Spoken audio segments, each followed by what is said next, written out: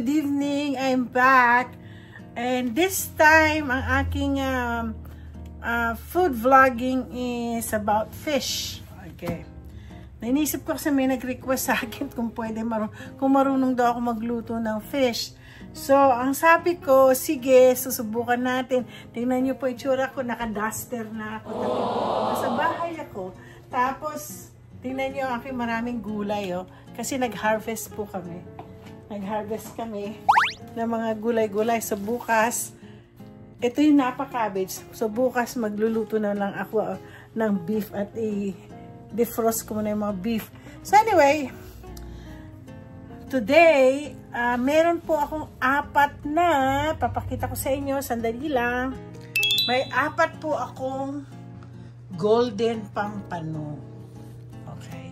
Paborito ko to. This is one of my favorite. Nung kasagsagan na nagtitinda pa si isa sa mga business ni Kuya Tony Makaseb, umu-order ako ng isang box na to. Yan ang pinamimigay ko sa mga friends ko. Lalo pag Pasko, birthday, ganun.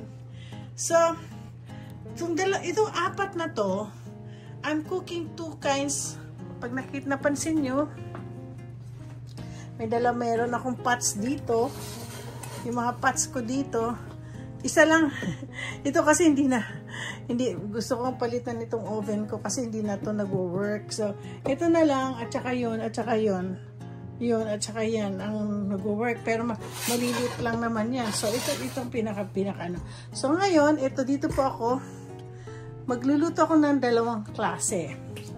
Isang kinamatisan at isang ginata. So, simple lang po. Okay? So, isa na natin. Ang gagawin ko yung yung ginataan ngayon. Hello?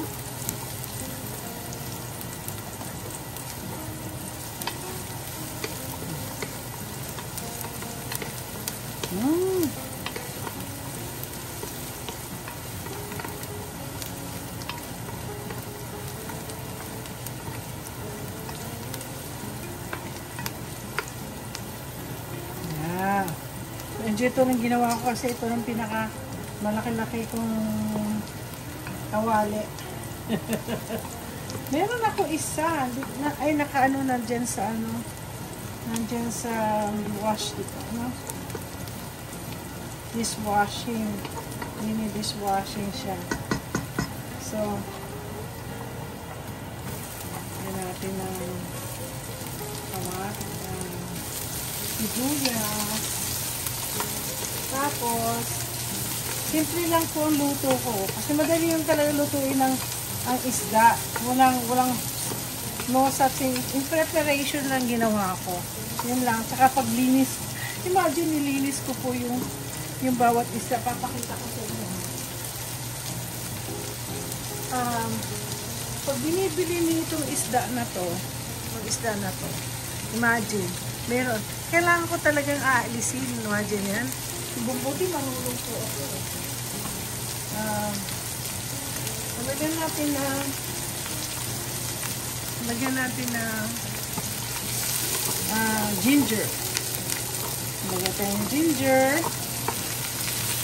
I love ginger. Especially if you cook fish, masarap po siyang ilagay yung very simple lang to, ha?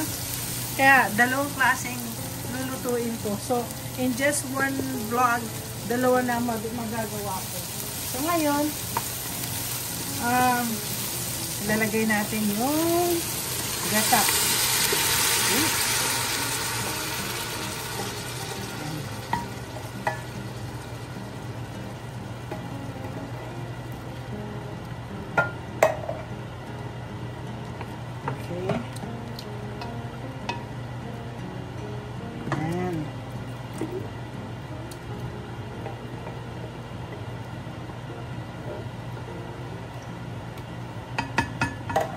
So, ito po, i-ano lang natin siya, lagyan natin ng konting sarap. Masarap po ang yung gata.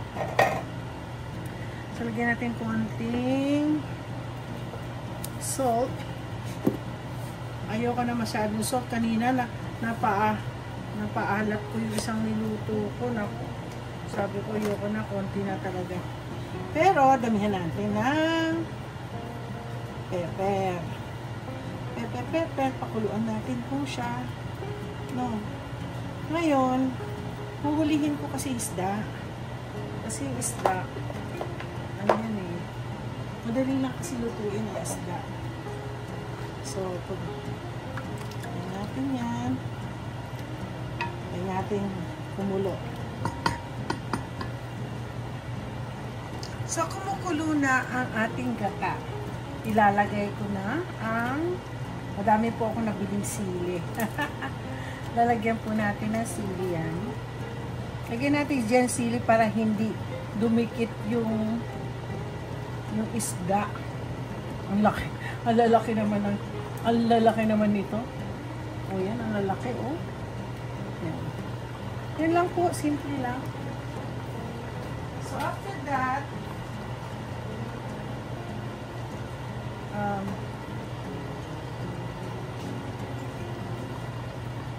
so, ilalagay natin ang isda. Okay. Hinihiwa ko yan. Hinihiwa ko yung maisda para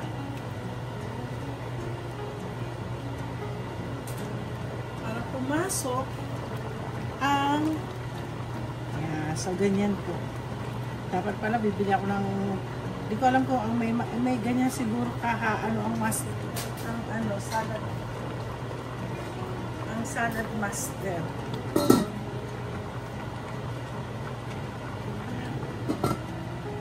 Yan. Tatakpan po na natin ang ating niluluto. Okay guys, let's open. Tingnan nyo, talaga namang nagsisianohan yung okay. Ayun, sarap. Tingnan nyo yan. Lutong-luto na yan.